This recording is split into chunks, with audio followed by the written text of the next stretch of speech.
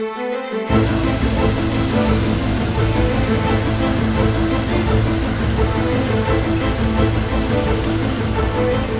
and Crops Manager was created to help farms keep all their field and crop information in one place. Let's take a look at the program.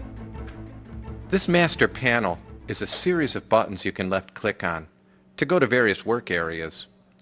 The categories you see are where you would go to record activities and retrieve information.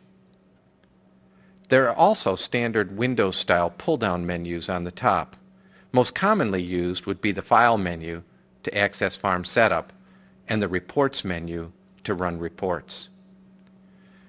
In this session, we'll briefly review configuring farm setup, defining fields, using the rotation planner and printing a planting worksheet, and recording plantings.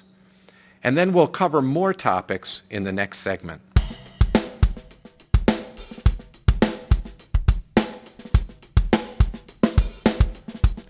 Farm setup is where we define what we track. Each of the tabs relates to a category of farming inputs that you may want to track. Everyone tracks crops, and the varieties are optional. Most users want to at least identify their corn varieties as they enter their plantings. The crop selected in the top section holds the varieties listed in the bottom section. The crop names are set by the farm. The plus key adds a line, the minus key removes a line. A crop can have varieties, and varieties can have traits. So we can set a variety as BMR or Roundup Ready, and then make lists of those fields easily. All of farm setup works much like crops and varieties. We add and remove items with a plus and minus, change items by selecting what we want to change, and then putting the new value in.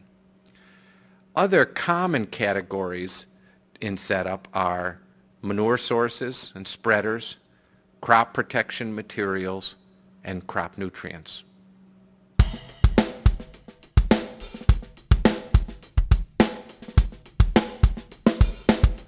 We also must define our fields. Field definitions can be as simple as just the field ID and acres, and optionally hold much more information such as FSA numbers, soil types, owners, and whether or not a section of the field is not to receive manure. You can see that the field 1 on the top there is selected as represented by the dark triangle next to the field number. And below is the section information for that field. In this case, field 1 has two sections, A and B, with 19.6 and 1.2 acres respectively, totaling the 20.8 acres for field 1.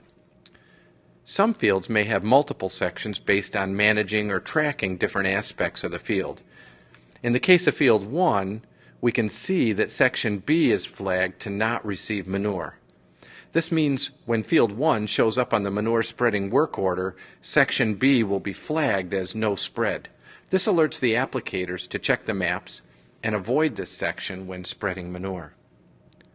Note the FSA numbers listed for each section. That means the farm can manage their fields with their own ID, yet still print out their FSA crop reports with the FSA identification.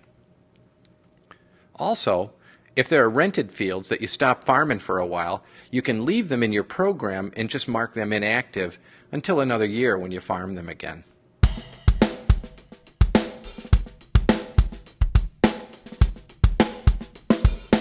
The rotation planner is where the crop year begins. On the left is a list of each of the crops planned for each field. You can tell which field and crop is selected by the dark triangle to the left of the field. We call a crop in a field a crop zone. That crop may be in all or part of a field.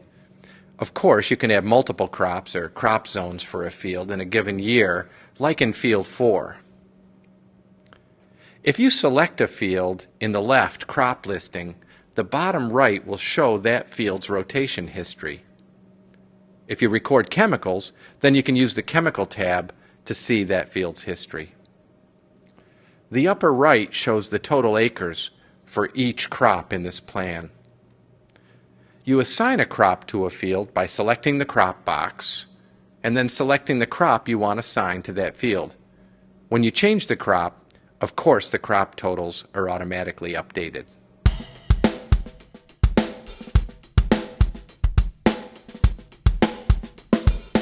You can run reports from each of the work areas.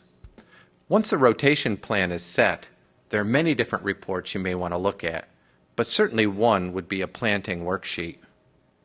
There's several different options you can choose from in printing a worksheet. We'll just run a basic one for corn right now. When you run the worksheet, fields that have already been recorded as planting are indicated with a diamond in the planted column, and it also has the acres, the variety, and the population that was recorded when the planting was entered. This way you can run the report several times through the planting season and kind of keep score with how you're doing. At the very end of the report, it lists a summary of how many acres you've already planted and how many acres are left to plant.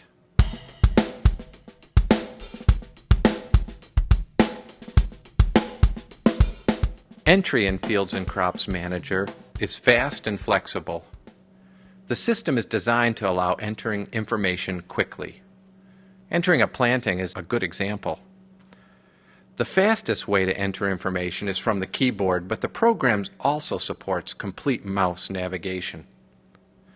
In this case, once we set up the planter with the crop, the variety, and the starter, we can just key the field numbers, press enter, and then press enter through the rest of the items you set up to track. At the bottom of each entry, there's a sortable log of all your entries in the current crop year. My name is Mac Ewell. I'm part of the management team at CY Farms in Albany, New York. We farm approximately 5,000 acres. We have about 1,000 acres of vegetables and 4,000 acres of varied crops, alfalfa, wheat, corn. We board 4,000 heifers, so we also have silage. Some of the best aspects of Fields and Crops that I think I use personally is I appreciate the planting logs. We can track all of our crops, exactly the day they were planted. We can put the conditions of planting into Fields and Crops. We know exactly what our fertilizer usage is. The manure tracking is very valuable. We have our laws are getting more and more stringent as far as manure application. Fields and Crops helps me keep all those records straight in my head. The rotation planner is a very valuable tool to us. I work on a management team, make multiple copies. We have many meetings, many discussions on what crop's going to end up in what field. It's nice to be able to just look back at the past year, the past 3 years. We know how long our rotation has been out there. Once we do that, we usually have several meetings with the rotational planner. Everybody gets a copy, and from that we generate our planning log. All my operators, all of our operators get a prospective planning log in an order of planning, and when they're done, they turn in on a daily basis acres, variety, fertilizer used, every input that we put into it, which generates a very valuable report for us.